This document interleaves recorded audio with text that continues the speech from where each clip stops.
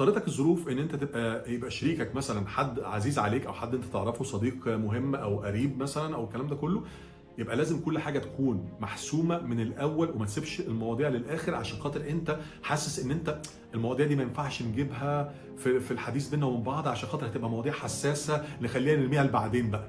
تمام؟ لا، لازم كل حاجه من الاول تبقى واضحه، بالذات مع القرايب والاصحاب، اللي هو ايه، مين هيبقى مهامه ايه، ده الجزء بتاعي وده الجزء بتاعك، انا متوقع ان انا اعمل كذا وانت المفروض تكون متوقع منك ان انت تعمل كذا. الكلام ده كله لازم يحصل في الاول قبل كتابه اي حاجه.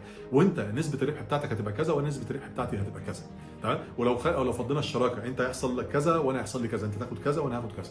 كل الكلام ده لما انت بتبينه وبتحطوه على بينه من الاول بيفرق معاكم كتير جدا جدا. اللي بيحصل للاسف عشان حته العاطفه ان احنا بنرمي الكلام ده بعدين ونقول بقى ايه، محمد المستقبلي وحسين مثلا المستقبلي، يعني محمد بتاع المستقبل وحسين بتاع المستقبل، هما بقى يبقوا ايه، يحلوا المشكله دي بعدين لما يحصل ربح.